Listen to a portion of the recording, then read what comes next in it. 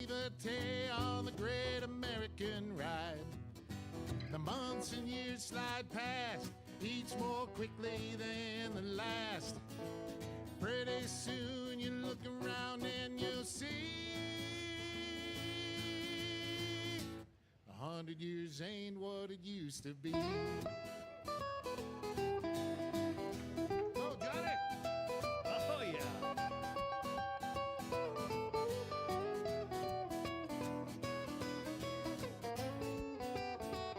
Oh, yeah, Johnny Heidt.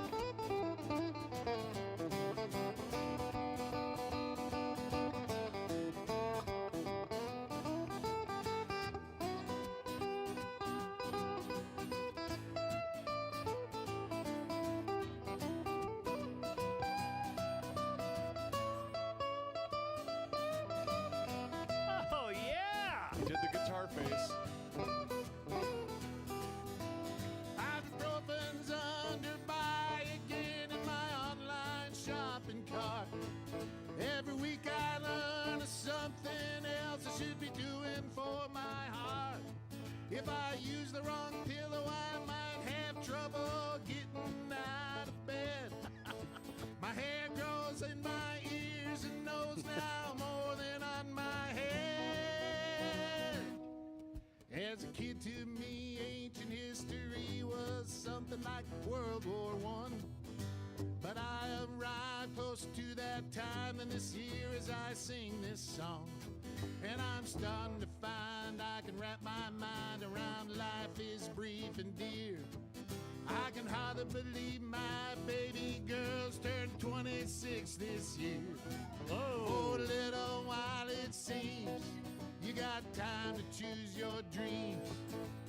Pretty soon you look around and you'll see everybody. 100 years ain't what it used to be.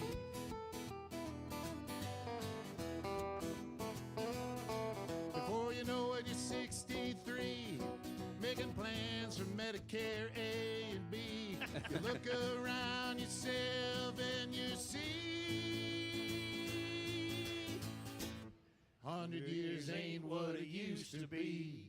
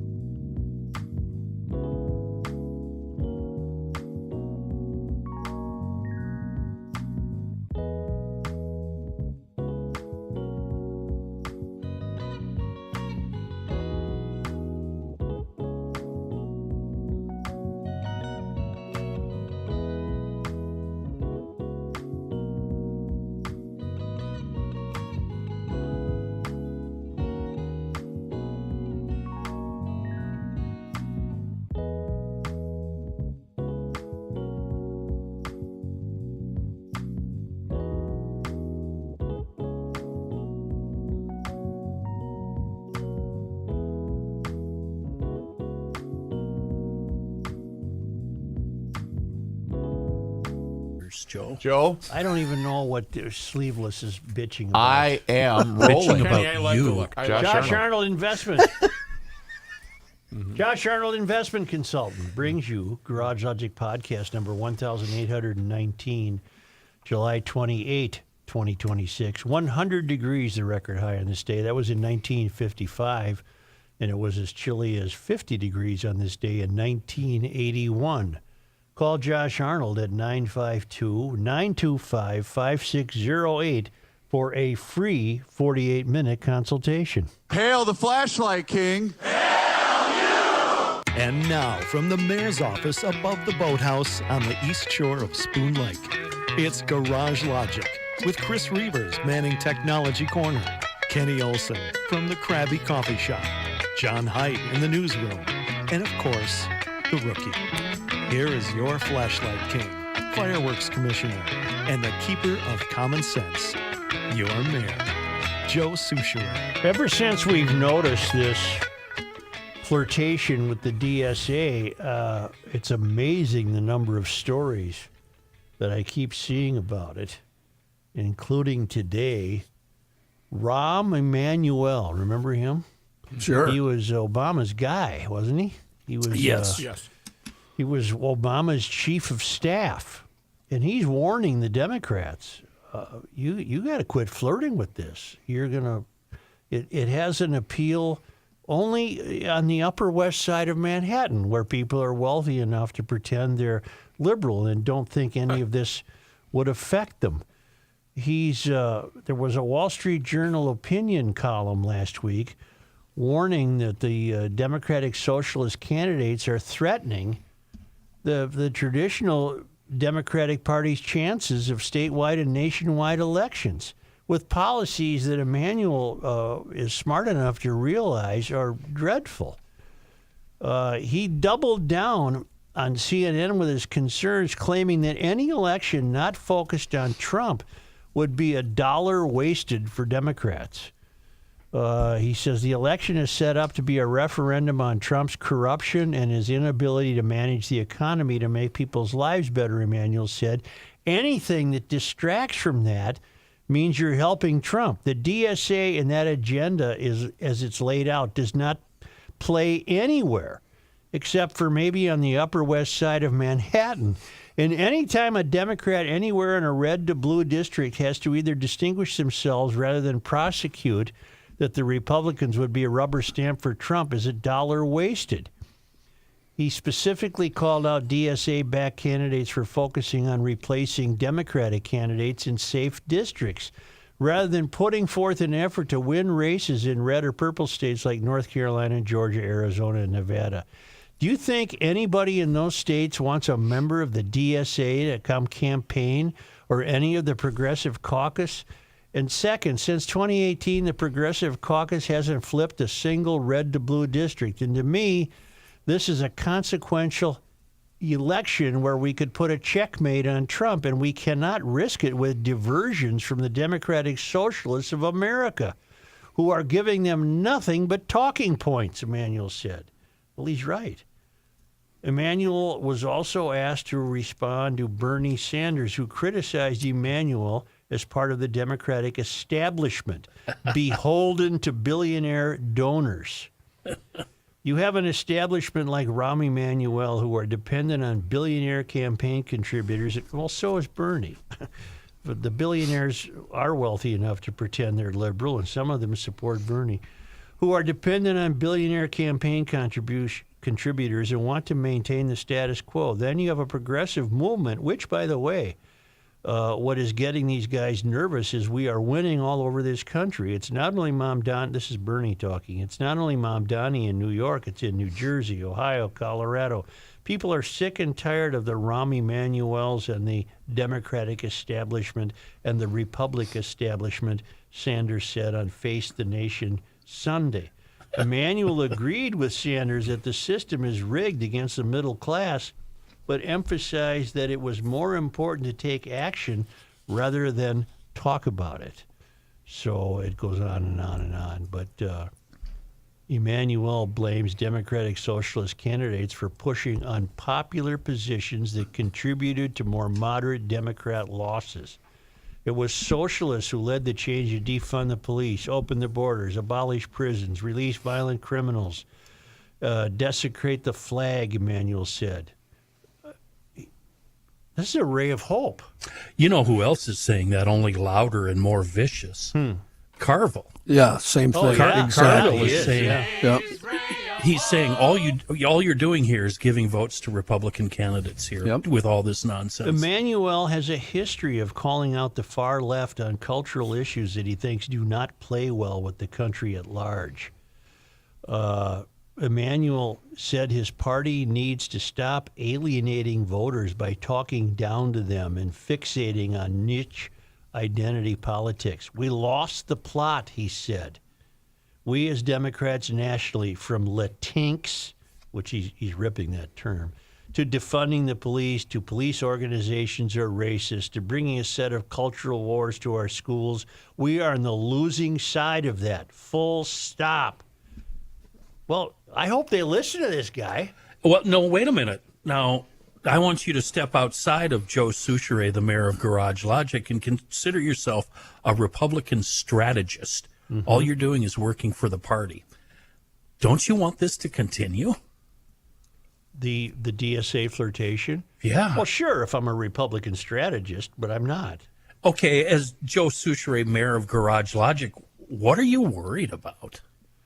I'm worried that the backlash to Trump is what's driving the DSA's increasing presence. Trump is done, though. Well, technically, There's no reason to run against Trump right now. If you do, you've got your finger on the pulse of America, I guess. I think the reason that they want to run against Trump, Kenny, is because they want to get control of Congress so that Trump and Congress aren't Republican controlled. That would be my guess. Yeah, that makes much more sense. and Rahm Emmanuel is saying to the Democrats, you are going to lose completely you're going to lose out to the DSA. They're going to overtake you if you don't start pushing back on your own party and call that out. Will Republicans lose out to the DSA? Let me rephrase that. Will In this state, they will. what do we call the Trumpers? The Make America? MAGA? Yeah. Will that crowd lose to the DSA? I don't see that happening. Even if Trump isn't involved, obviously not running again. So would the MAGA movement lose to the DSA? Hell no. That's a good question. There's your 50% on one side, 50% on the other. Yeah. They're not the middle.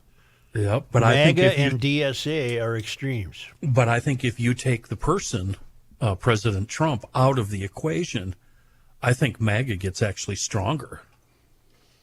I don't know. My focus lately has been We know what your focus is, Joe. My fascination lately has been this tremendous presence of the DSA and how the young people are finding it so appealing.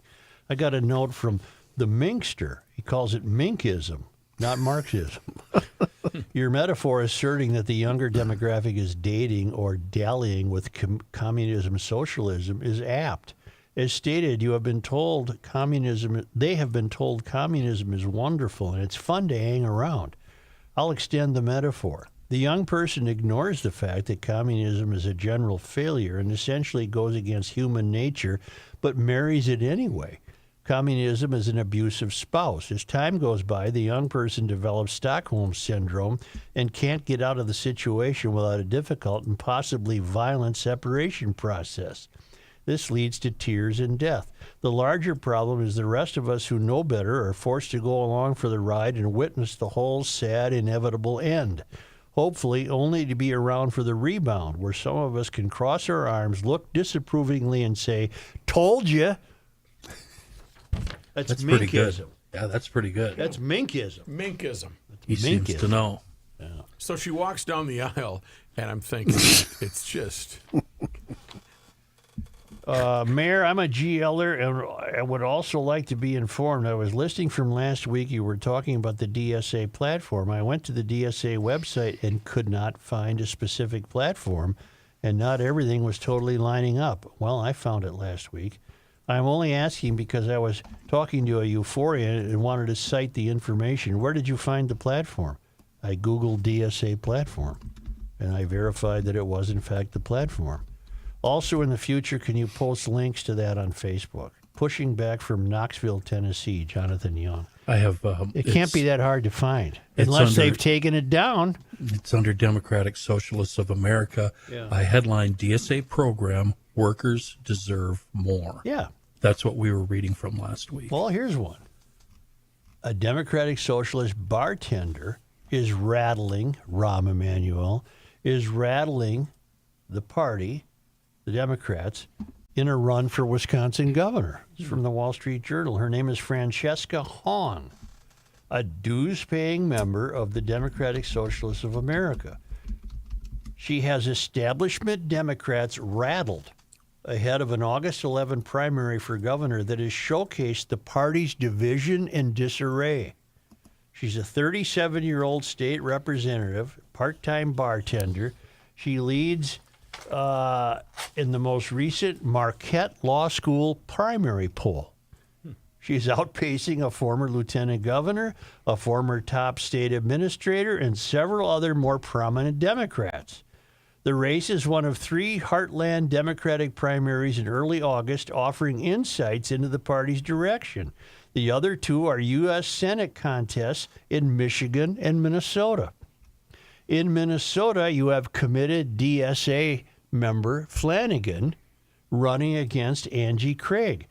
I'll come back to the Wall Street Journal article because this allows me to veer to the front page of today's Star Tribune, where we learned that Gwen Walz, I didn't know that we worried about who she endorsed. This is the first time, isn't it? Nobody's ever cared. Did she call somebody? I don't know who Susan Carlson endorsed way back when. Who did Terry Godbout, wasn't her name Terry?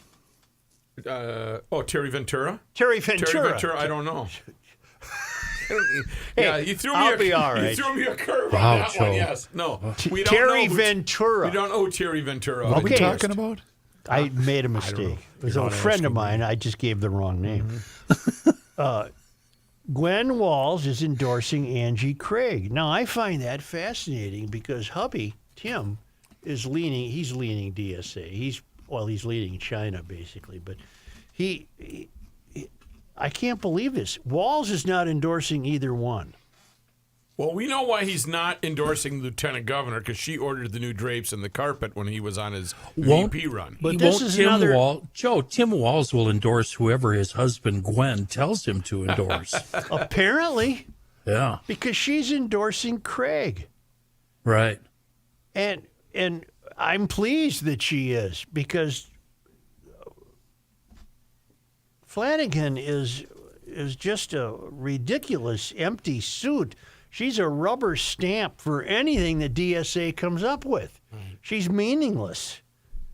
And she was complicit in the fraud administration. She held and she's a dummy. I mean that. Walz wasn't going to pick anybody to outshine him, and he's damn near not literate. But as lieutenant governor, they haven't held her feet to the fire. Of course not. You never hold a lieutenant governor's feet to the fire. They're nobodies. What has she done? Has she Nothing. done anything? Nothing. But you, in the Walz home, you would think that Tim would have said, Gwen, the club needs Flanagan to maintain what we've achieved here, the complete destruction of part the of the state. ticket. And if you vote for if you push Craig, that's a ripple in our plan. Joe- Well, it didn't stop her. Sanders, Warren, Tina Smith, Ilhan, and McCullum all backing Flanagan. I know, because All she's of part of the machinery they need. She's not an important part because she's not smart enough to be an important part, but she's a rubber stamp for them. Who's the dingbat from D.C.? She's all. I bet she's also. Tina Smith? No, or is she from New York? Who? AOC. AOC. Thank you, Chris. Well, back to the Wall Street Journal on this gal named Francesca Hong. She stands for everything in that platform. The primaries are playing out as Democrats remain divided about how to more widely win competitive elections. One wing asserts battleground districts and states are won by wooing independent voters with moderation. I can't imagine an independent voter being wooed by the DSA. While another says voters are eager for significant change at a time of widespread skepticism in government and widening economic disparity. Hong is Wisconsin's first Asian American state legislator.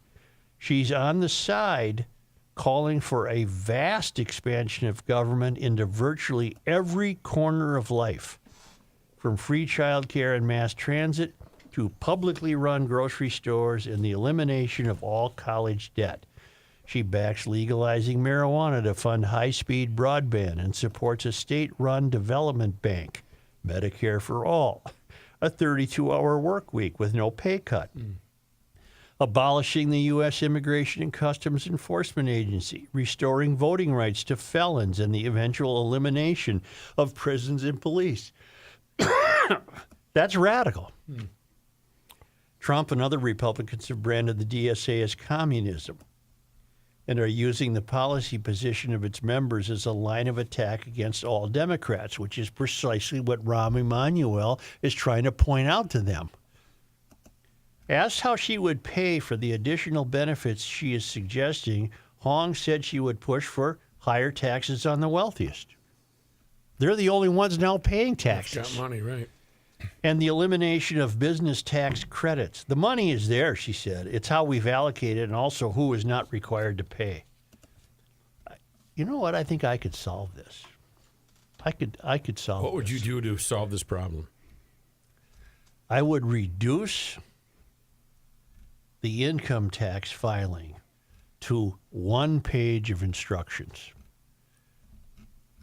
I would eliminate all loopholes. I would say, at this income, you're paying this. At this income, you're paying this. At this income, you're paying this. Period. That's it. No national Period. sales You don't tax. get to hire 14 lawyers to try to tell me that you have an out because of a subparagraph on page 322 of the tax code. Simplification. And the how many people are in Congress and Senate? 400? 535 plus 100, right? 635. 635. Those are the people who create the tax laws, and every one of them has the audacity to go out during an election and say, we must do something about these taxes. These people aren't paying their taxes. Trump, in his odd brilliance at the time, Dave Chappelle was marveled at this and did a bit on it. Remember the debate with Trump and Hillary? Yep. And somehow Hillary made the mistake during the debate of saying to Trump, you don't even pay your taxes. And Trump said, well, I pay every bit of tax I'm required to, just like you and your wealthy friends. She falls silent at that point. Mm-hmm. And he said, I'm going to take advantage of every tax break you people have created and the friends that support you. She was gobsmacked. There's no way to come back. There's no comeback for that. Yeah. That was pretty wise. It's 535. Sorry. What happened to him? 535. 535 total. 100 and 435. So Okay. 535. 535 people are responsible for the taxes, and you can't fall for the BS that some moron like Peggy Flanagan says, we have to do something about the taxes. Or here, Francesca Hong in Madison, we have to get the wealthy to pay more taxes. Why don't you go after the people who have been representing you all these years and who have failed miserably? This isn't complicated. Create a tax system that's one page. And I'm sorry, lawyers, you should be put out of business for this.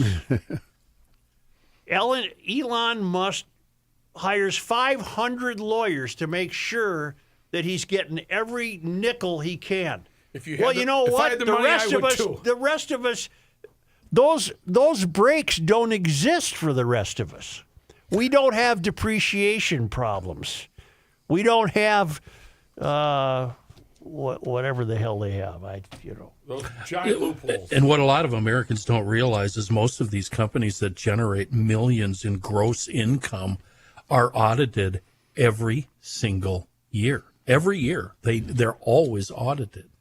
I want to bring up something that maybe you hadn't considered about Franny Hong. Her parents came from Korea. Right. How do you come from South Korea and your kid is a socialist? How does that happen? Because she went to the University of Wisconsin in Madison. But her parents saw right across the border what socialism and communism is. North Korea's got to be the worst country in the world. She represents one of Wisconsin's most liberal legislative districts in Madison, home to the state's largest university, sometimes described as a Midwestern Berkeley. She is a product of a thoroughly successful failed academy. But to Kenny's point, Kenny's saying, how come mom and dad haven't gently grabbed her by the shoulders and said, that's why North Korea is not free. That was the whole fight. Yeah. We don't want that. The whole reason we're here is because we're not. The answer is simple. It's rebellion. You always think you know more than your parents do. Well, we don't know her relationship with her parents. Maybe they're very close. I don't know. I don't know. I just thought that was baffling to me, actually. It is a good point. You would think that Dad might say, "Hey, Franny, we got it pretty good here." You still got Yeah. right. You still have relatives. This is a in hell North of a Korea. country, Franny. Some of those people we used to know who live in the North Korea, they haven't been heard from for 17 years. They're part of the cement now in Marty Allen's latest building that he built. Marty Allen. What did you want, Reavers? You were waving at me. I bet I get to tell you about your garage door. Precision door.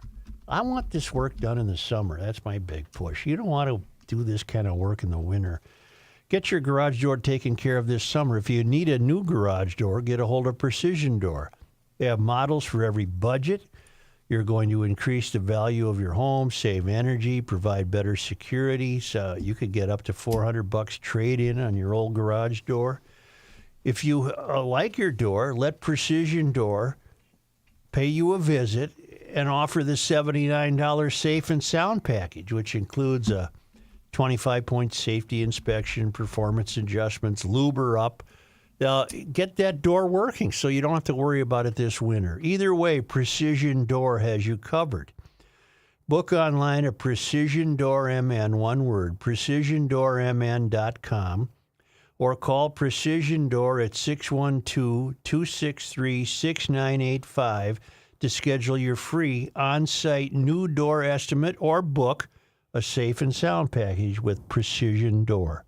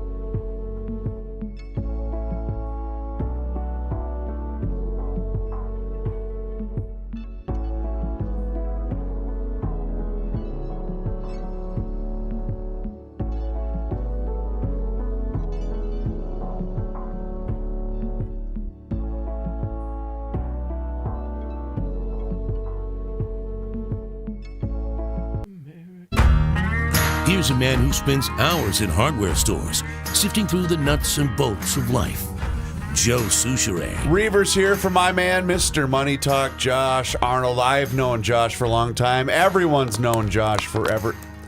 If you're thirsty, if you're thirsting for... If you thirst for wealth and finances... It's your first day on the job? You two realize when your mic is actually on, right? I mean, you two have been doing this longer than anyone. Not as long as Mr. Money Talk has been investing with you. That's right. Over the years, I've met so many GLers who have called Josh, sat down with him, and continue to work with him today. And many of those relationships started with just a single phone call. For decades, Josh has helped make people smart financial decisions through bull markets, through bear markets, recessions, inflations, and every kind of economic uncertainty imaginable. But your first step is to make that call at 952-925-5608 and spend 48 minutes with Josh and ask your questions and gain a better understanding of where you stand today and where you're headed tomorrow. Again, 952-925-5608 and talk to Mr. Money Talk. Joe? What? Hi, Joe. So she comes down the aisle and she's got a beautiful white dress. Matt, zip it. The Democratic Socialist mayor of Seattle found herself having to leave her parents' basement and go face problems that the DSA doesn't want to face. That's why they're ultimately just not going to say there's any crime. Seattle had a terrible gun violence. It's not gun violence, it's people violence using guns. But they had a food fair over the weekend, and 3 people were killed and 4 others injured when 3 people exchanged gunfire at the Seattle Center on Saturday night. Thousands of people were there. It was called the Bite of Seattle Food Festival. And she's under fire now for her late response. And she's explaining that, well, I didn't want to give a response until we had all the information. And they're not calling it a gang situation, even though it turns out it was a gang confrontation. They're small groups. They're not gangs. They're According to the police chief. They're small groups of small people. groups. We don't have gangs. Not a big deal. She finally issued a statement around, 8:30 p.m. Sunday night or last night? This is dated. This is from King 5 in Seattle, dated yesterday. So Monday or Sunday night, fully 24 hours after, she finally made a statement, and she was criticized for that. But she said, well, they didn't have all the information, and she was waiting to get the information. But it's a good example of when a DSA politician is confronted with the real world. She doesn't want to deal with this. The people killing each other is not part of their plan. And, well, yes, it is, because ultimately they would say that didn't happen, and they don't intend to have police, and they don't intend to have prisons, which is a really bad way to look at a human being, to think that, well, people are going to die, and we're going to ignore it, and we're not going to punish anybody for it. It's a bad situation. Not dark people, evil people. And when asked Monday about the timing of Sunday night's press conference... I have it. Okay. If you'd like to listen to it. Why not? It got a little contentious at the old Seattle mayor's office with the... What's her name again? Katie Wilson? Katie Wilson. She left home, Dad's house, to come downtown and have to deal with this. There was no direction from Governor Ferguson's office or from Miller Dapol's office to wait to do the press conference until they got to As soon as we coordinated with SPD and agreed that it was time to talk to the media, as soon as we knew that we were going to be doing that, I and Governor Ferguson and Congresswoman Jayapal arrived on the scene within minutes. So you can say his office unequivocally did not tell you to wait? No, absolutely not. What was the delay in the basics, the ABCs and the 1, 2, 3s of what happened? You had people running, you had people shot on the ground with bullet holes in their backs, covered in white sheets, and we are sitting here waiting. And the only thing that we had was a tweet and people who were afraid and a lot of information on social media filling the vacuum. So why is it that citizens in the city of Seattle had to wait for almost 5 hours to get answers about something so serious that's made national headlines? Yeah, I mean, my office put out a statement at 8:30, which again included an initial inaccuracy. So again, this speaks to the tension between providing information early and providing it accurately. So we, along with SPD, were trying to manage that tension, and we got information out to you all as soon as we possibly could. Okay, I think that's pretty good. So thank you so much for coming today. So she's got one of her Little handler. She's got a handler there who said, "That's it." It got a little too hot for her, so she had to run off to the side. It's just a little too What was tension. analogous in that response when she said, "My office put out a statement"? It's the same bleeping answer that your guy Huger Cesar Chavez gave to Channel 5 when he said, "Well, we sent out a text." Yeah. Or we sent out an email. Yeah. Her lack of response reminds me of our own governor during the George Floyd riots when he hid in the mansion for a couple of days before releasing any kind of statement or talking to us. This is really easy to solve. But the problem is these people don't want to be honest. You go out there at the very earliest opportunity and you say plainly, a lot of information is coming in. The story is fluid. Things are changing. Here's what I know at this point right now. This could change in an hour or tomorrow. Here's what I know. When reporters start throwing questions at you, you say, I don't know. It's that simple. Well, here's another problem. The DSA is a fantasy. What they wish for is fantasy. It's inhumane. It doesn't work. There's hundreds of years of historical evidence that it doesn't work. It's a pure fantasy. When that fantasy collides with reality, it's inevitable that whoever is representing the DSA is not going to know what to say, when to say it, how to say it. It's contrary to the fantasy of this golden book, cartoon book they have of life. You're so right. Yeah. So here she is, and I'm serious. She probably had to leave her. I think she lives with her parents, or else her parents pay her bills. She's never done anything, and yet she was elected. So the people living in those close to those tall buildings in Seattle, this is who they wanted. They all want to have a strong flirtation with this ridiculous fantasy, and this fantasy has no impact whatsoever on gangs shooting each other. They're uninterested in it. They're unaware of it. It doesn't affect their lives at all. They got disrespected. They got to go shoot somebody. So that happens at a food fair, and these people seize up for at least 24 hours, don't know what the hell to say about it, don't even condemn it. Did you hear her condemn anything? Nope. No. They don't know what the hell to do because it's a collision of being forced into a real situation that they have no earthly preparation for. To a lesser degree, to a much lesser degree,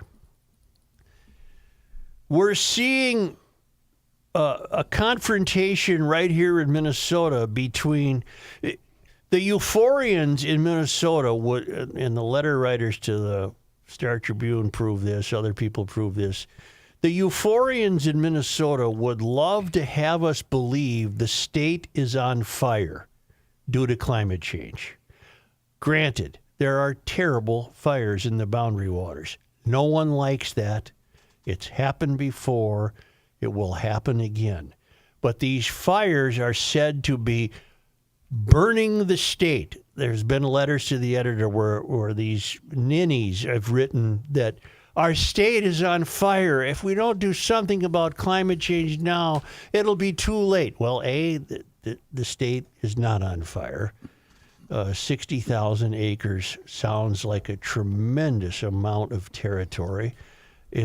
It's not yet equal the size of Lake Mille Lacs. I'm not saying they aren't serious. Of course they're serious. But what has happened now, there's a bit of a collision between reality and the wishes of the euphorians to have us all believe that the state is on fire. And the collision has resulted in the authorities up Boundary Waters Way having to back up a little bit and say, we can open a few gates. There are portions of the Boundary Waters where you could stay overnight because the outfitters are starving. They have to support their kids. They got to buy shoes for the kids that go back to school. The people who rent cabins have to have business. And of course they can, because they can have business in select areas where there's no danger from the fire. So these areas are opening up again. And this runs directly contrary to the wishes of the euphorians who want you to think the whole thing's disappearing, the state's on fire. No, it isn't. And now, because of economic reality, I don't know what the DSA is going to do when they face economic reality. What's Katie Wilson in Seattle going to do when Bill Gates and all his buddies say, the hell with you and leave? The economic reality in the BWAC, BWB thing is we have to work. We got to sell bottles of water. We got to rent oars. We got to have people sleeping in our places. And that's now happening. That's happening. You wouldn't have thought that could happen 2 weeks ago. But the pressure mounted to the point where, you can get in this gate and this gate and this area and this area and this area, and you can stay one night, and then we'll have a rotation, and more people can go back in. So the state is not on fire. Warm weather has occurred here before. The record continues to be 14 straight days of reaching 90 and above in 1936. Cooled off dramatically last night for a while. That was really nice. Yeah, it was. A nice wind was blowing. Well, today it's 90 without humidity, so it's all right. And what started the fire? Do we know? Lightning. There's multiple fires. It's not just one. Okay. But there are multiple fires in such a big area. Yeah. There's multiple fires, but there are many areas of the Boundary Waters where campers could go. Correct. And now that's being allowed. Does this have to do with not grooming the wood and leaving it? Some of it, Okay. but it's a big dense forest, and when lightning hits, it's hard to get in there and put fires out. And I have read that there is going to be some deadfall cleanup up there. They've got to get rid of that fuel, and that'll happen. If you want the forest to manage itself, you let it burn. Yeah, you let it burn. But then you face this economic hardship of the people who have staked their fortunes on this. Correct. It's 2026. It has to be managed. Sorry, we can't go back in time. Right. We don't have any choice. We have to manage it because livelihoods and life depends on it. Right. Losing an owl or losing a loon, or we? You're going to lose an owl or two. Let it take its course. That's what's going to happen. Okay. That's life in the big city. But it reinvigorates everything. I mean, it's a wonderful reset for all life. And Canada is a vast territory of unpopulated land. It's just as vast as the world can be. How do we let Canada get away? We got to take that over. And there's no way to get to those fires half the time. There's just no way to get to them, and they've happened before. People have been asking me, younger people have been asking me, well, did you ever remember going in the house when you were a kid because of smoke? Well, I don't literally remember that. I don't remember smoke as a kid. But I bet I did. We were worried about acid rain in the 70s. And wells. Yeah. Falling down a well. And you know what else we smelled a lot? What? In the Twin Cities? Oh. Well, you're right. The stockyards in South St. Paul. Oh, yeah. The ghost. If there was a south wind, you smelled the stockyards in White Bear. Yeah. You know what that is? You know what that's the smell of? America eating hamburgers. That's right. Commerce. That's right. Freedom. Give me a nice That's the smell of fast food joints, which were not even existent then. No, they didn't even exist. And now that they are, the technology is so improved in slaughterhouses that you don't smell it anymore. Right. So there. In the city, you good don't. T-bone, huh? Smell vision or smell Wagner. radio. No, it's not whatever. smell radio. Hey, Thank if you, I may Chicago. do one thing here, and I don't think it changes a darn thing that you said about the Seattle story. Yeah. We had the timeline pretty wrong. Oh. The shooting was Sunday evening. Oh, that was Saturday. I'm sorry. No, 6:30. And Seattle police released a statement a half hour after that. The mayor's statement was at 8:30, 2 hours after the shooting. Then they held the Monday morning press conference about 16 John, hours later. you're a newsman. Was I off base with my opinion that you just come out and say what you know at the earliest opportunity? I think that would be smart to do that. Yeah, I would. I mean, I think we've seen Mayor Fry do that on occasion. We have. He'll come out and he says, I don't know. I don't have that information right now for you. And unfortunately, That it's kind in of thing. Somali, so we don't understand what he's saying.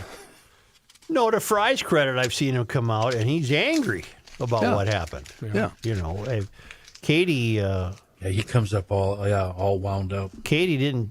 She only got wound up because she was asking a question she couldn't answer. Exactly. Well, she was watching Survivor in her parents' basement, and this, damn it. Because it's not smell radio. It's not. Thank you, Chicago. What's her first name? Chicago? Chicago, Japanese. But she wasn't Japanese. She wasn't, but her mother, I believe, was. Thank you. Well, that would, in effect, then make her. She wasn't Just like a minute now. She wasn't full-blooded Oh, Japanese. She was a weather person. Yes. Okay, here we go. Wait a minute. Of Because mixed. it's not smell radio. Okay, mean thank to you tell very me. much. Welcome back, Matthew. Thank you. There's plenty of summer left. Get yourself to the most fun store you'll ever enter, either in Burnsville or up Forest Lake Way, and get an electric bike from EcoFun Motorsports. 300 e-bikes in stock. They are the electric bike capital of the world. Well, certainly the region. And you won't leave there with the wrong bike because Kaylin Bloom is the expert in this. She'll take you outside, get the right handlebar height, the right tires, the right seat, everything. You'll be perfect for a lot of summer riding left. Huge selection of wonderful motorcycles, Kawasaki, Aprilia, Yamaha, Moto Guzzi. Scooters on sale at $14.99. Turn every urban errand into an adventure. Do 90 miles of errands on 1 gallon of gas. Kawasaki mules, side-by-sides, Yamaha wave runners, and Kawasaki jet skis. Youth recreational equipment, helmets, apparel, repair and service department. This is the most fun store you'll ever enter. EcoFun Motorsports. It's on Highway 97. Immediately west of the interstate in Forest Lake / Columbus, and down in Burnsville on the service road of life near County Road 42. Do yourself a favor if you dare. Go to the website, ecofunmotorsports.com.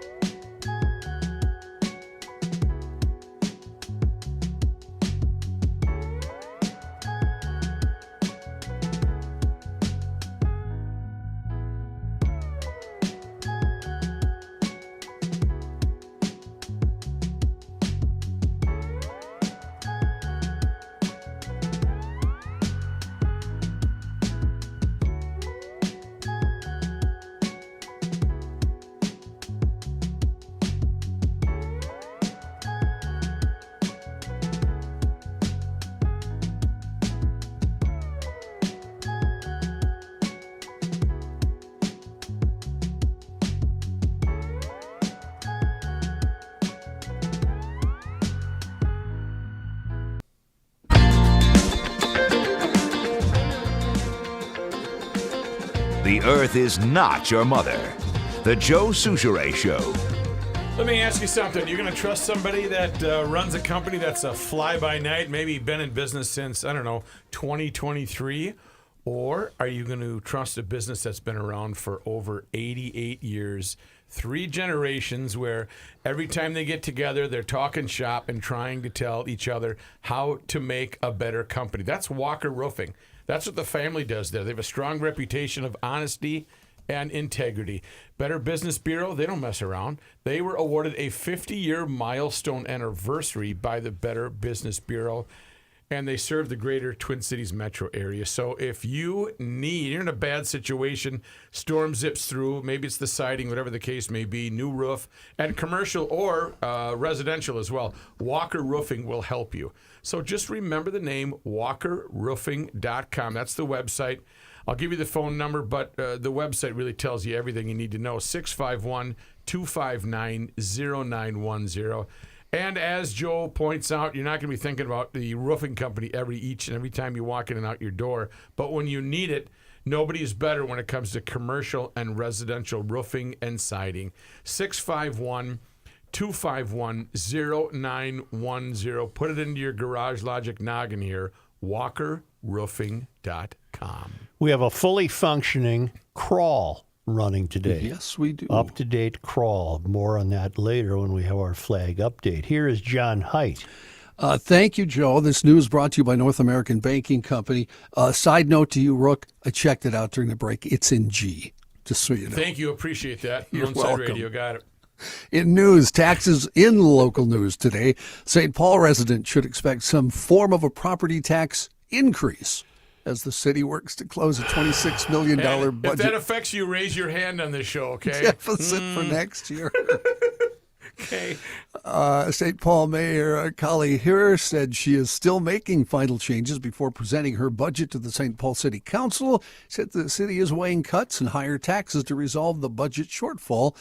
She said, in full transparency and honesty, it would be impossible to fix things without raising taxes. She said that same pressure a city faces are the same pressures all of us are at home facing with tariffs, high prices, and the cost of everything. Now, why don't you owe the public an accounting of the gargantuan staff in City Hall and just tell us if they're accomplishing anything? To balance the budget, the mayor said she's considering a combination of options. She asked department heads to submit several versions of their budgets, including one with a 4% cut across the board. Her said a hiring freeze is also a possibility, and she said if property taxes go up, don't worry, Joe, it'll just be a single-digit increase. Her will present 9%. 9%. Yes. Her will present the budget to the St. Paul City Council in mid-August, and it has to be approved in December. In Minneapolis, city leaders are weighing budget cuts and a possible property tax increase as the city faces a $30 million shortfall. Minneapolis City Council member Michael Rainville said property taxes could go up 13% if the city keeps the same services, staffing, and equipment levels. Rainville said he wants that number lowered as budget talks continue. He said we have to have the cooperation of all the department heads, the administration, and the city council. Mayor Jacob Fry is set to address the city August 12th, lay out his budget plans. His office did not confirm that 13% estimate that Rainville said came from them. The city, the state, the country is not running as it should. Thank you. Okay. Out on a limb there, huh? Yeah, I really am. Forest Lake police are investigating a $40,000 theft at Punch-Out Gaming after surveillance video from Saturday showed 2 people breaking in and leaving with bags shortly after. Early on Saturday morning, officers responding to the Forest Lake business where they found a damaged window and an apparent burglary.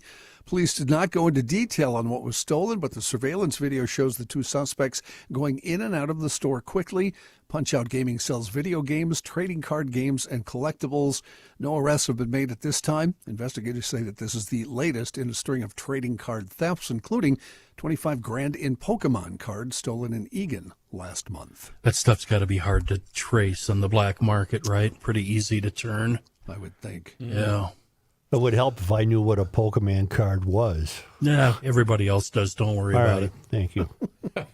In Inver Grove Heights, man has learned his prison sentence after being charged with stealing a federal government weaponry in the aftermath of a non-fatal shooting by an immigration officer. What? You'll remember this story.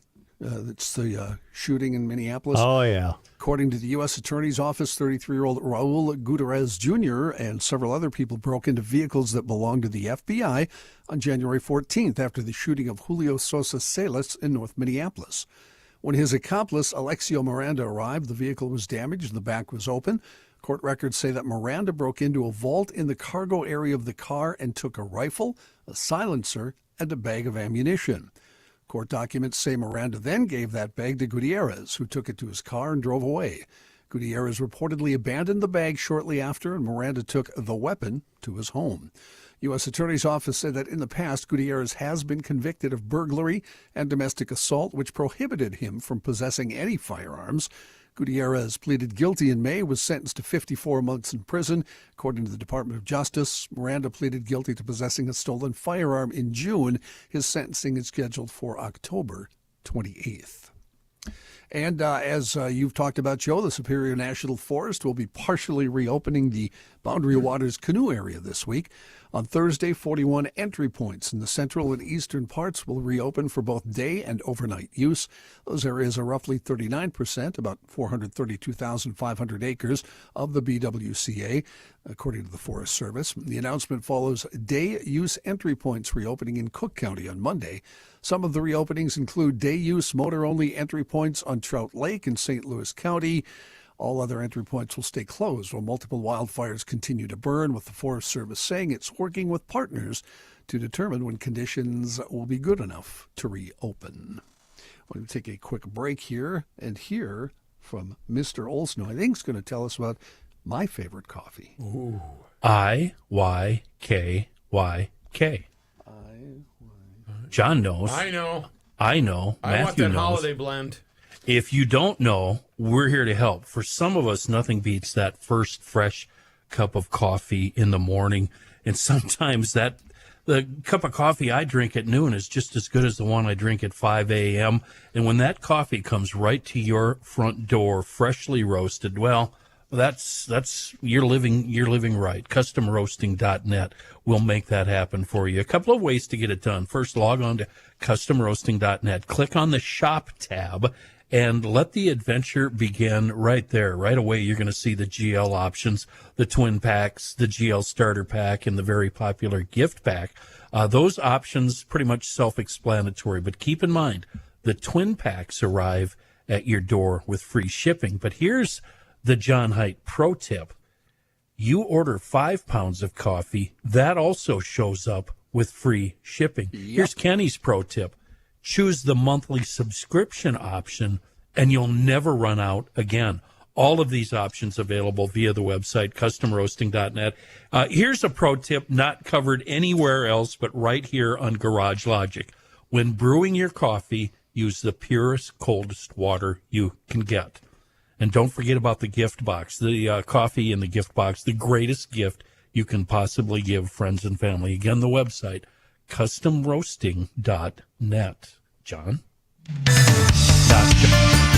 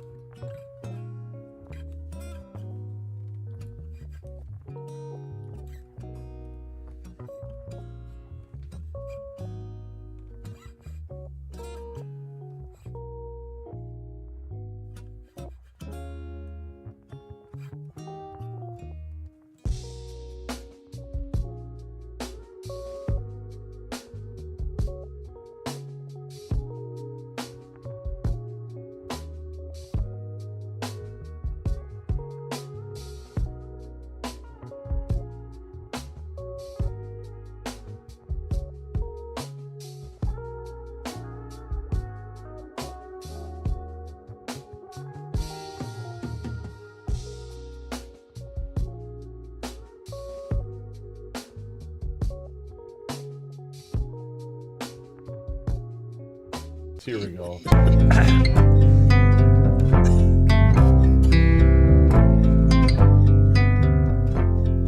It's the end of the world as we know it, and he feels fine. Joe Souchere. Got a great text from Larry from Harmony Spirits over the weekend. Said, Reavers, I got to have you mention on your next ad for Harmony Spirits to please thank all of the GLers that stopped by this past weekend by the tasting room. It was so great to hear from everyone. GLers, you're the absolute best. Thank you so much for supporting our friends down there in Harmony, Minnesota at that beautiful tasting room. They've had a wonderful stretch of weather, and now is a wonderful time for you to make the trip down to Harmony, Minnesota. It's a beautiful area, and it's a wonderful tasting room, and they have a rotating menu of craft cocktails that rotate throughout the entire summer. Damon does a wonderful job of rotating those craft cocktails. And you know what? You can get those pre-made cocktails in a 4-pack. The barrel old-fashioned is fantastic. The blackberry lemonade is a big hit with yours truly, and also the pink lemonade is wonderful as well. But you make your own 4-pack there in the taste room, but you can also go online to harmonyspirits.net, and you can place your online order and have it sent right to your front door, wherever you happen to be listening to the Garage Logic podcast. And also, please do me a favor. Continue to go into your local liquor store and continue to ask for the Harmony brand by name. That is truly helping them out. And also check out their Facebook page for upcoming events throughout the remainder of the summer. harmonyspirits.net. Let them know you heard about them here on the Garage Logic podcast. Thanks, Chris. In other news, Ukrainian President Vladimir Zelensky expected at the White House today for talks with President Trump as he looks to shore up support for Kyiv at a time when, if you've been following this, but the Russian and Iran conflicts now are kind of converging. The meeting comes as the U.S. war against Iran and Russia's full-scale invasion of Ukraine reached critical junctures. There appears to be no immediate end in sight for either conflict, and the Middle East wars now threaten to overlap with the Russian-Ukraine conflict in recent days. Kyiv on Saturday launched an attack on an Iranian commercial vessel in the Caspian Sea, an incident which Tehran said left one sailor dead, injured several others. The Islamic Republic has threatened retaliation over the strike against Ukraine. In a post on X on Saturday, Zelensky said Ukraine had achieved very strong results with long-range strikes in the Caspian Sea, including vessels used in military cargo shipments involving Iran, as well as a warship. An earthquake registering a magnitude of 7.1 initially shook Kumamoto on Japan's southern main island of Kyushu late Tuesday afternoon there, causing damage and injuries.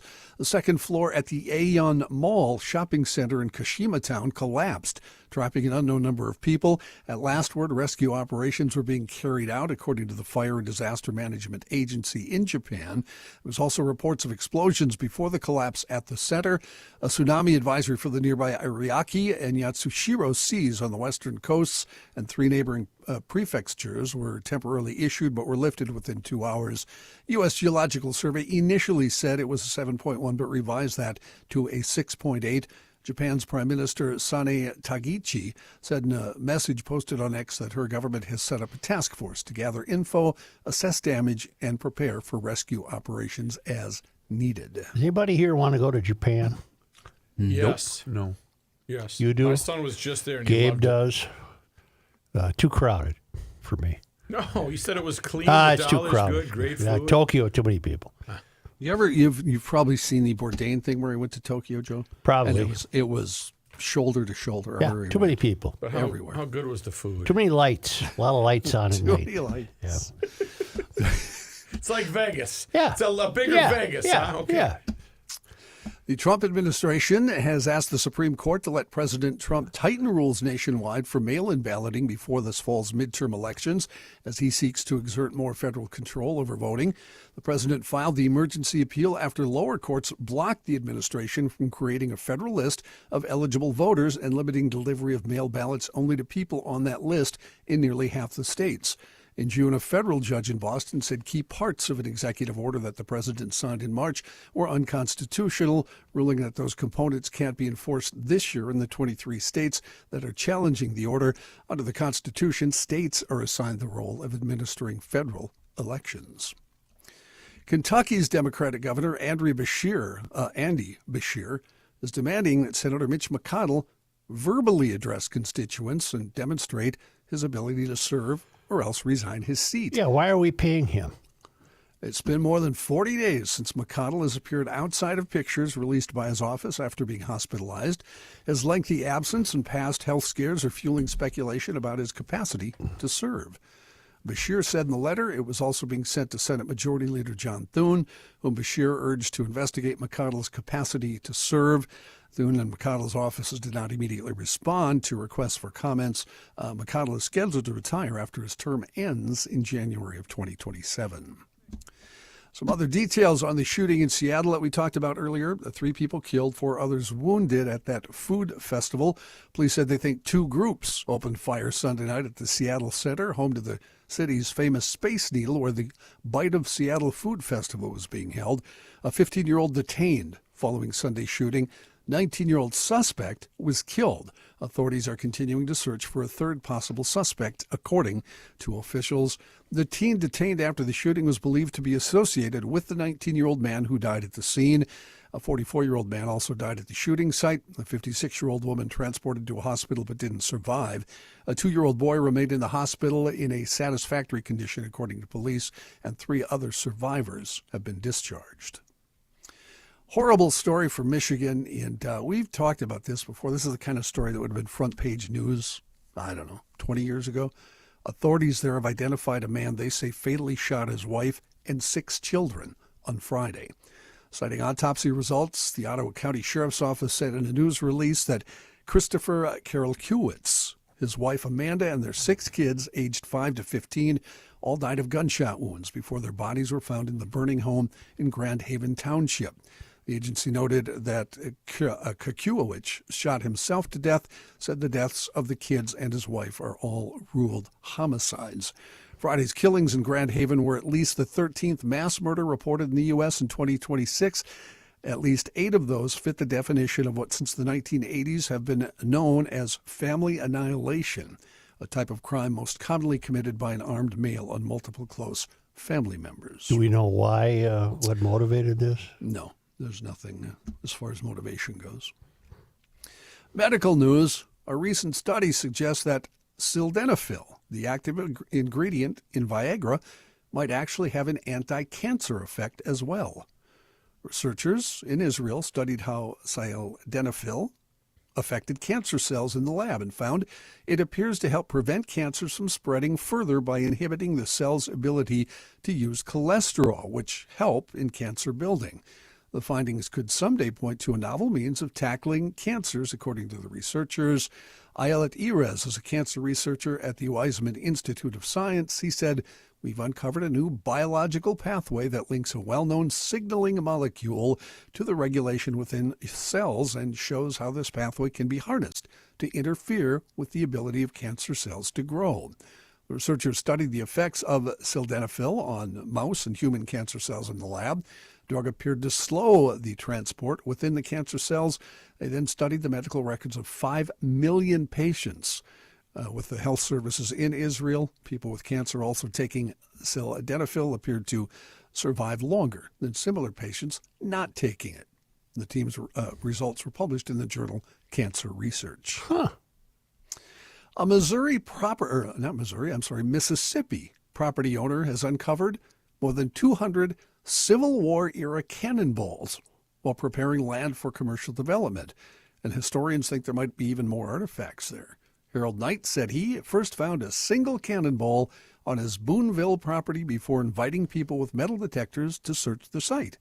The search quickly turned up hundreds of Civil War munitions, including grape shot, canister shot, and case shot, all estimated to be more than 160 years old.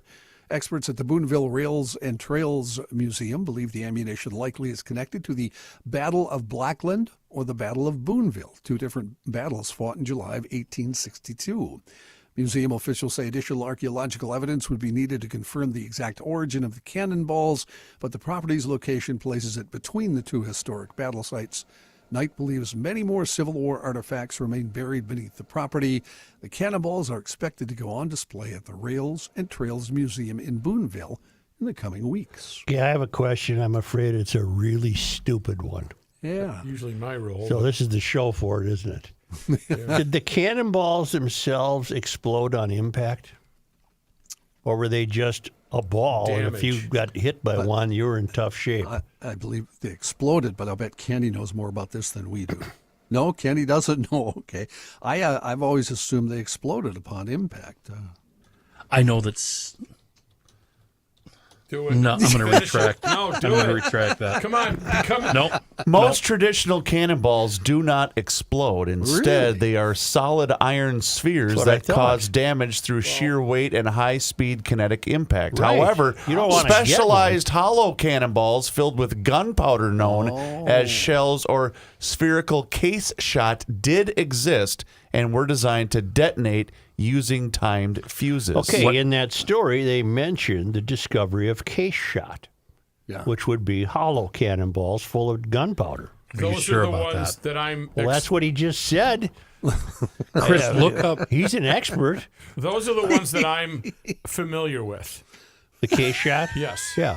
Because the coyote would always light it and then throw it over the fence, and before he could throw it, it would blow up in his arm, and the rest of his body would just crumble. You know, to if the you were floor. fighting in the Civil War and you got hit by a cannonball, that would have hurt. Yeah, you're not. That coming, some bitch it You know hurt. what? You're not coming back. No, my You're not shoulder going to the just went tent out. Whoa. And say, Doc, you got to help. Didn't they have some loads that were just ball bearings and nails and scrap metal that they would use close up? I think they called them canisters. Go ahead. Hold on. I think they called them canisters. Load the canisters. I remember from the Gettysburg movie. Well, let's return to our expert. I have a news piece from the Star Tribune covering the Civil War. They called it cannonball violence. Okay, I'll give you that one. Canister shots. I'll look it up. Well, there was canister shot, Kenny, in the story, so that's probably what you're talking Kenny, about. I have 4 different types if you want. It's a solid shot or the solid ones that I I mentioned. know what I need to know. If you got hit by a cannonball, you were in trouble. Right. A Time canister fuses. shot was a close-range anti-personnel artillery round that turned cannons into giant shotguns. Yeah. It consisted of a tin cylinder packed with iron balls and sawdust, which scattered upon firing. Wow. I wouldn't mind getting hit by sawdust. No, you No, would. that would you just would. kind of fall. You would don't bounce even want to off. get hit by a blank round. Yeah. But because the cannon, powder burns will kill the you. long cannon, I understand what that is. But what did they put in the old catapult? You know, the old big wooden catapult? That Pumpkins. No. Something flaming, I believe. I They used really those don't to know. start. What did they throw in No, there? I think Are you they going back used... to medieval times now? Yes. Well, they He probably is. still had them at the Civil War time, No, too. they did not. No, they No. upgraded. I They think it was used up- those Somebody to built start... a better Yeah. catapult? Are you just doing punchlines? Is No, that all it is? You don't really care? John, was really that wanted your to know final what they put in the story? catapult. Maybe, but to answer Rook's question, Yeah. heated shot was a round shot that was used, and I think Kenny was going to say, but you kept interrupting him, to start fires. Right, Kenny? Is that, Yeah, I got to I stop tried, interrupting, John, yeah. but thank you. You tried succeeded. desperately. Hey, we didn't start the fire. It was See, a. that's It what was I a. mean. no, it's That was useless. a punchline. It was a bloody war. It was. Thanks, it Joe. was- It was ugly. It's a tough and, one. And you know Joe. what else? The medical treatment was not very good on scene. Up to either. code. It wasn't You know, up to you had code. brother against brother, you know? You had a lot of guys with a lot of bandages on. My ancestors, the Weikerts, their home was used as a hospital in the Battle of Gettysburg. You can see my Weikerts, my family's kitchen table, which was used as the operating table in the Gettysburg Museum. And You serious, Clark? I'm very serious. By operating table, you mean they cut off an arm and cauterized it? Yeah. Basically. And then a lot of So- bandages. And they had a big stack of limbs right out the back door of the Weichert home. Yeah. That's the way they did it. Wrap her up, It huh? was pretty crude, wasn't it? All right. Thank No, you. I was talking to You're John. Yeah. Thank you very much. Hey, before we head to the break, I do want to talk to you about little critters and pests around your home. If you're going to have somebody get rid of those ants, wasps, mice that are on their way, I want you to know who the locals trust. Homegrown in Minnesota, Valor Pest Solutions. 4.9 out of 5 rating on Google. Better Business Bureau. They've got a great. I want you to do your homework. Don't just hire anybody fly by night. I want you to hire the very best, the ones that will get rid of those pests that are bothering you. And right now, they got a great special right now. The Summer GL special, 50% off your initial service with your monthly subscription. I had them come out to my home, walk the perimeter, and I had several different options of how they would treat this. So if you're looking for the right way to get rid of those pests, and you have a bad situation, then get in touch with these guys. Their telephone number, their local company, by the way, 763-247-4329. And as they told me, don't wait until the fall when those mice are coming in your garage through those little holes here and there. Get rid of them now. Be proactive, if you know what I mean. Go to valorpestsolutions.com or call 763-247-4329.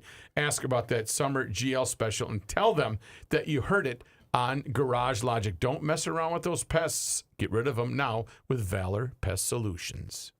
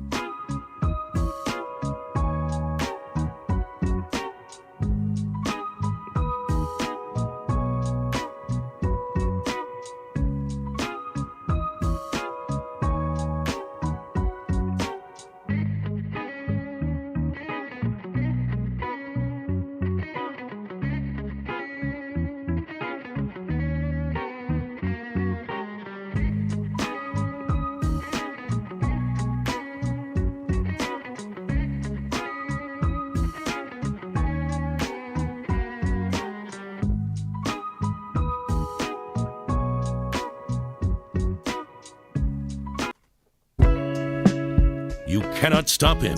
He'll just make a move. Joe Souchere. If you want to hang on to what money you've got left in these times, I suggest that you take your business to my friends at North American Banking Company. Why? I'm glad you asked. It's banking done differently, and it's been that way since 1998. And back then, they decided to create a better banking experience for their customers where you individually get to know your banker, and they also get to know you. They get to know your family, they get to know your business, and they also get to know your goals, and you'll see that every single time that you walk into any one of their 6 Twin Cities locations, whether it's Roseville, 50th in France, Woodbury, Hastings, Shoreview, and also in Maple Grove. They are locally owned and operated, and here's why that's different than all of those other big national banks. That means that every single loan decision stays right here in the Twin Cities. They don't sell these to outstate companies. No, all of that money stays right here in the community. So whether you're looking to buy a home, finance a new home renovation project, get that new car that you've been thinking about, or starting up your own business or expanding your business, that money stays right here in the community. nabankco.com to learn more. Once again, it's banking done differently. North American Banking Company, member FDIC, is an equal housing lender. Joe? Anybody here ever eaten at a Cracker Barrel? Hell yeah. Yes. As recently as I was in Tennessee coming You're home. going to get a detailed response. Yep. What do you want to know? I really wish you would go to one, Joe. I would love to hear your review of what you have to go through before you sit down. Wasn't there a viral news story about a couple that visited every single Cracker Barrel? Yes. Well, let's not get too far astray Yeah, here. where are you going? First of all, I'm adding that to my list. I'm not eating at any place with the word barrel. No. You Cracker. Come on, Joe, Cracker. it's Americana. You have to sample it once in your life. Best cornbread ever. And you'll recall that they hired a new CEO, Julie Massino. Yeah. And she almost instantly caused a major disruption in the company because she She wanted to go woke. Apparently, the original logo was an old timer sitting by the barrel. Yes. And remember, she changed that to what? A younger guy? Something more hip. No, it was it didn't have anybody in the logo. Oh, I believe. I'll double check. well, they thanked her of her leadership, and they said all the things that you're supposed to say. But We wish her well in future endeavors. yeah, she attempted to rebrand Cracker Barrel that sparked controversy just last summer. The company's changes included the removal of the old timer from the company's logo, as well as adjustments to the interior layout of the restaurant that have long included a general store. Yeah. It's a gift shop. Yeah. Now get this. The rebrand was a $700 million overhaul across the company's 600 plus restaurants. I didn't think Cracker Barrel was that major of a player, but it obviously is. They also revamped the menu and decluttered the dining room. I can't respond to that because I've never been in one. Are they cluttered? No, the old saws and shit on the walls. Oh, that's it's like an all old the stuff. farmhouse, right? Yeah, right. Ice tongs. Well, they went nuts. The people who hired Messino, in less than a week, they said no, this ain't working because the earnings were down. And Messino said, well, the effort missed the mark and came out. It came out of an effort to improve the guest experience. I'm not your guest. I'm there to eat. I'm hungry. I'm going to pay you. If you have to pay, you're not a guest. The company's earnings came in below expectations in December, with Messino acknowledging at the time that there were unique and ongoing headwinds that left the company with more work to do in regaining the trust and confidence of its customer base. The sales slump continued into the new year, with the March 2026 earnings release showing a drop in quarterly revenue and profits from the prior year. Although the performance topped Wall Street's, you can buy stock in this place. Yep. Well, now you're Cracker talking. Barrel Old Company Store, Inc. What do we? It was last, the share was just most recently $52.43, down 2.38%.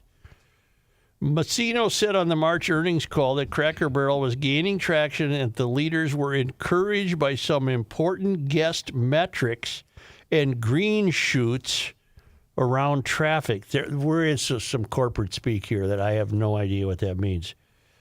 And now they're selling some of their properties as well as exiting its Maple Street Business Company business. It sold the Maple Street brand in 35 of its locations to Biscuit Belly, LLC, with Cracker Barrel closing the remaining 16 Maple Street restaurants. Are you familiar with those? I don't know the Maple Street restaurant. Cracker Barrel. You're our food guy. Yeah, 76,000 employees, and they're up about a dime today. Oh man, I had Stock-wise. no idea. I have Headquartered in long- Lebanon, Tennessee. I've long wanted. Is there a marketing class at the GL University? Because I want to be the professor of that. Every single day, from day one until graduation, I'm going to walk into class and say, "You're all idiots." Keep that in mind as you go out into the real world. Do not screw up a good thing. I would devote a full semester to New Coke. Do not screw up a good thing. How many young, shiny, washed up and shaven executives, marketing executives, have gone into the real world and screwed up a good thing with their dumbass college ideas? Well, how about Bud Light with that trans guy on there? Yeah, That that's didn't another work. one. That didn't That's work. That's because they didn't have a professor that said every day, kids, you're idiots. Okay, and you're here- going to be idiots when you go out into the world. Well, here's the question then. What compelled the owners of Money. Yeah, but money. here. Let's see. It's they spent $700 million to redo it. What were their numbers? I just read them. They grossed $77 million under the as they're now struggling. So here, The company also completed a sale leaseback involving 26 company-owned locations, which generated about $77 million in net proceeds that it planned to use to pay down the debt. So in other words, they were making a lot of money and they were cruising along in America, and they had this image of old-timey general store and go in there and people like that, and they were making money.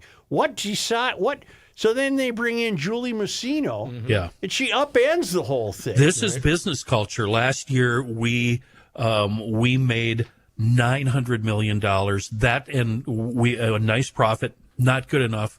Next year we have to make $1 billion. See, every DSA, year it goes this is up how and up. DSA. This is called capitalism. This is how business works. And in this It case, it is. didn't work. See, and there's a consequence. Unlike the world you envision, when there are no consequences, this woman lost her job.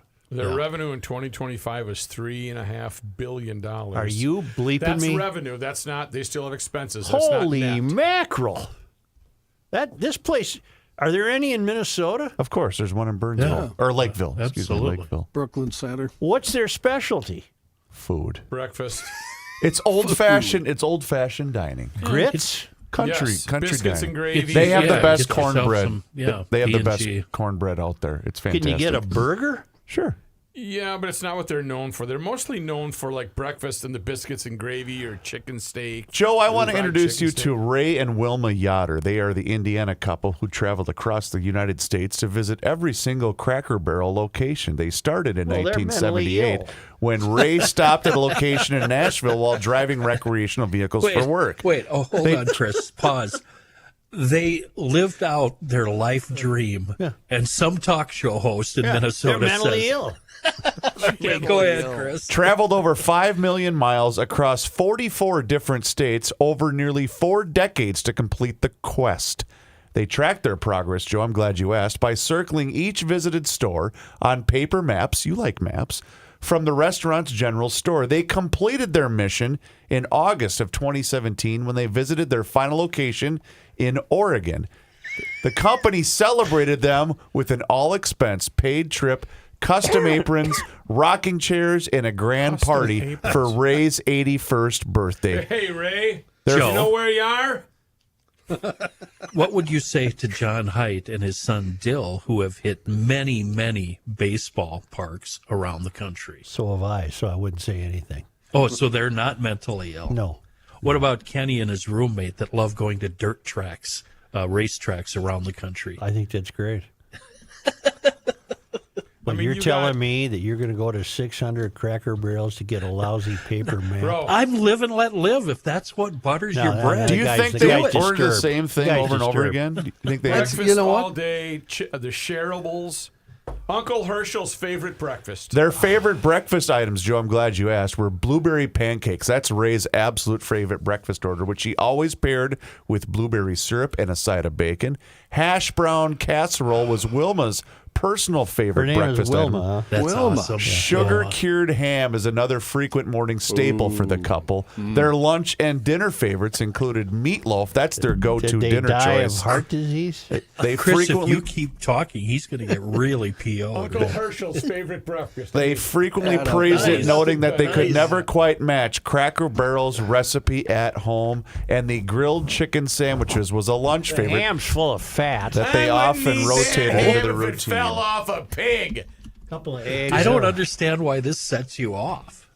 What about people that visit national parks? They've hit every single national They're park in the mentally country. unstable. Not ill, but unstable. I think possibly you've all missed the point Look at those why I hash brought browns. this up. No, we know why you brought it up. We're making the story fun. Wait a minute. What's the difference between Wilma and Ray Yoder going to all the different Cracker Barrels and someone that you know that sees the Stones 700 times? Yeah. Oh, Yeah. whoa. Oh, That one there. hits home. Yeah. Look out. Andy, I love you. I'm not ripping you. I'm ripping your dad.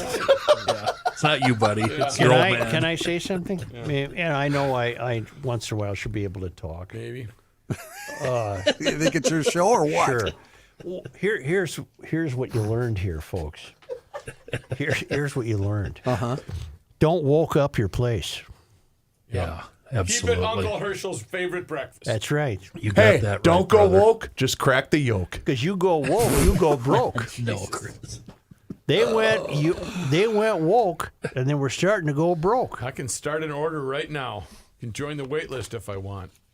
Where? On their website. The only thing I would change to Ray's order, blueberry pancake sounds fantastic, but I'd eat a blueberry pancake. Master's maple syrup. Don't go with that. That would be blueberry pretty syrup. good on it. The worst part, Joe, and this is why I want you to go, is you have to walk through the gift shop to get into the restaurant. Okay, she wanted to declutter that. And then in order to cost pay, her job.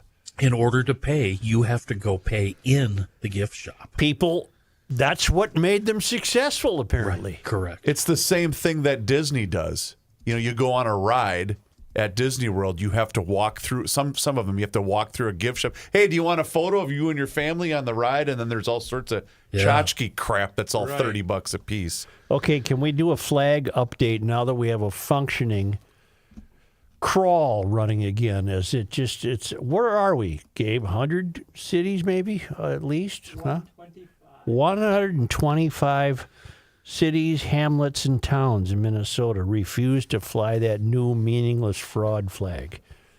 So Medalia, Veterans Memorial is flying the true state flag, according to Mark. So Medalia, veterans, they count. You got to put that up. I live in Meeker County, writes Annie. Litchfield is the county seat. The hospital flies the old state flag. As you drive around Litchfield, you'll see a lot of the old state flags. And I'm from Cosmos. 2 hours straight west on Highway 7 past Hutch, and it'll be the next stop sign that will be Cosmos. Last weekend, we had Space Festival days.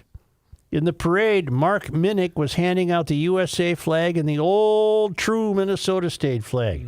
We are a town of under 400 people. That includes the animals.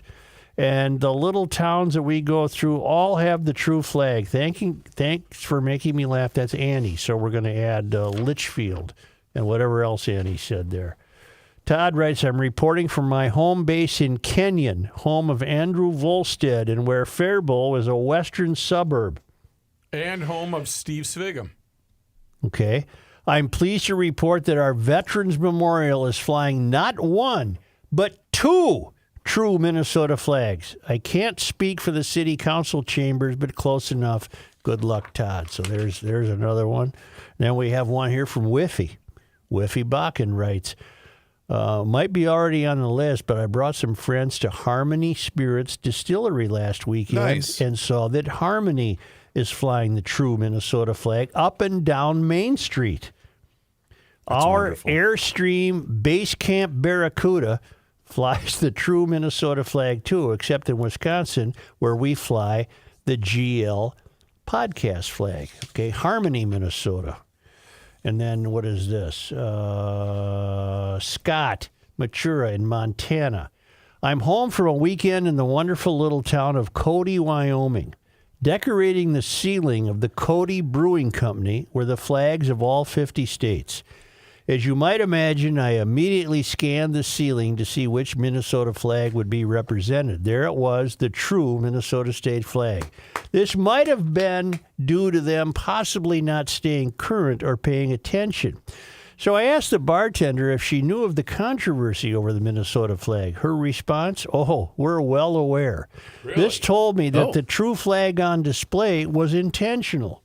Cody also aligns its streets with flags along the sidewalk every day in front of a business.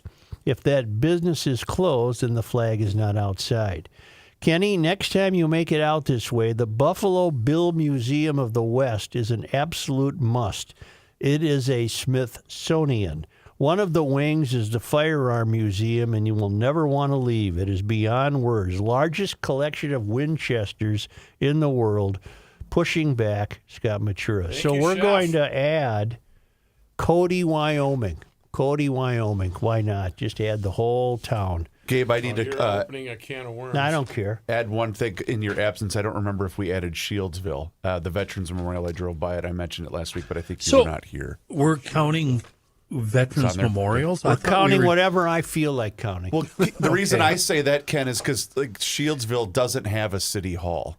Well, then if it's I'm good gonna- enough for the vets, it's good enough for us. I'm not protesting. I want to add a town for you that I went through We're going to blow out the a few crawl. weeks ago, where the Veterans Memorial was flying the flag. Hold on, I'm looking it up. It was Okay. Highway 12. Pushpin activated.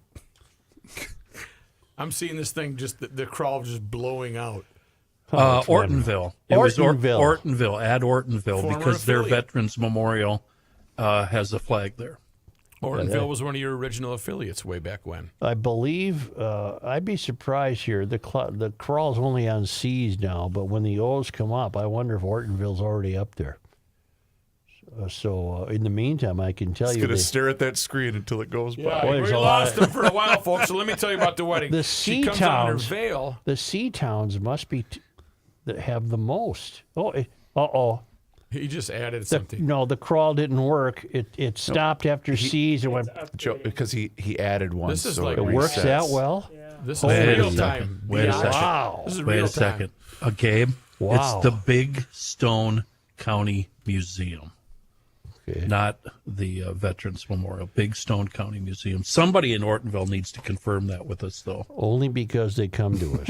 Is it that time already? Hey, what flag are the Lymans flying in South Africa? That'd be a good question. We are in Marloth Park, Mpumalanga, South Africa, and it's only because they come to us all the way from the traveling Lymans. We didn't do bleep. I have on this picture day. proof. It's on Google, Joe. What? The Minnesota state flag is at the, what did I say, something county park. Something in Ortonville. Veterans? Big Stone or something. Veterans County Park? Yep. I'm looking at a picture of it right now. Oh, good. On this day, Joe, today is Tuesday, July 28th. 1861, we only did one thing. John A. Johnson, Minnesota's first homegrown What a governor. horrible name. You don't have to call me Johnny. You can call me. Minnesota's first homegrown governor was born in St. Peter, a Horatio Alger success story. Johnson overcame poverty to become editor of the St. Peter Herald. A popular figure statewide, he was elected governor in 1905, and his oratorical skills attracted nationwide attention. He died in office on September 21, 1909, cutting short plans to make him the Democratic Party's presidential nominee in 1912. He didn't live very long, did he? So 39 and 9 is 48. Carry the one. He died at the age of 48. He died following surgery, from what I'm reading here. Oh, Doesn't that say didn't for work what. out well. On Kenny's No, family's it didn't. kitchen table. Yeah, he had that The white Civil goods. War surgery. On this day in Minnesota sports disappointment history. Who'd we lose to on July 28th? Well, on this day in 1975, Bill Musselman left the U after the NCAA began investigating the program. Yep. Yeah. Good time to leave. On this day July 28th. in 2021, the Twins hit 7 home runs, the Tigers hit 0 home runs, and the Twins lost. 17 to 14. I remember that game. We stinks. We stinks. That had to be right here at Target Center, maybe. Target Field. Target Field. Be an odd place Well, to I mean, it play could have been baseball. in Detroit, too. Could have been. It was either or, I bet. My point was it wasn't played at the dump. No. In 2021, we were done with the dump. We were done with that place. So the Twins hit 7 homers, the Tigers hit 0. And we still lost. And the Twins lost 17-14. Boy, oh boy. We had a hell of a stat on Monday Night Sports Talk last night. The Vikings have only won more than one playoff game. Hold on. You say it. The Vikings have not won consecutive playoff games in a single season since 1987. Yep.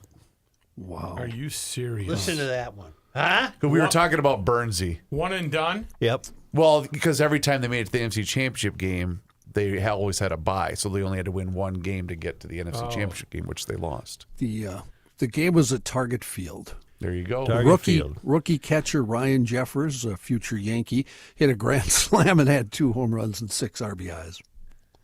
Why would they trade Jeffers? He's going to be a free agent. He's a free agent. After They the season. can't afford him?